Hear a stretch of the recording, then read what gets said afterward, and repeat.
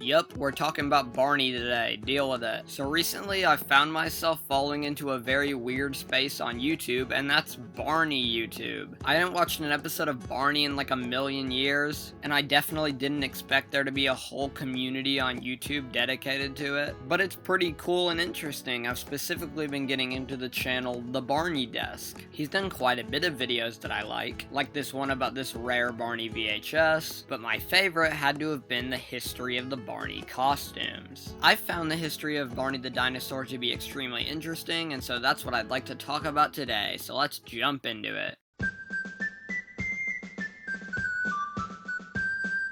Barney is a dinosaur from our imagination, and when he's tall, he's what we call a dinosaur sensation. Before Barney's extremely successful TV show, it began as a low-budget VHS series. The series was originally only meant to have 3 episodes, but they became so popular they ended up making more, and eventually made Barney and Friends. This original version of the series is called Barney and the Backyard Gang, and is very different from the later series Barney and Friends. I had a lot of these Backyard Gang tapes when I was younger, and they always kinda confused me, but I was still watching them. And I actually think I prefer Barney's earlier, more purple design with the more angular face to his more modern, like cuddly design. Also, does anyone else remember the Lions Group logo that appeared at the end of these tapes? It used to scare the crap out of me when I was younger for some reason. Maybe it was the music.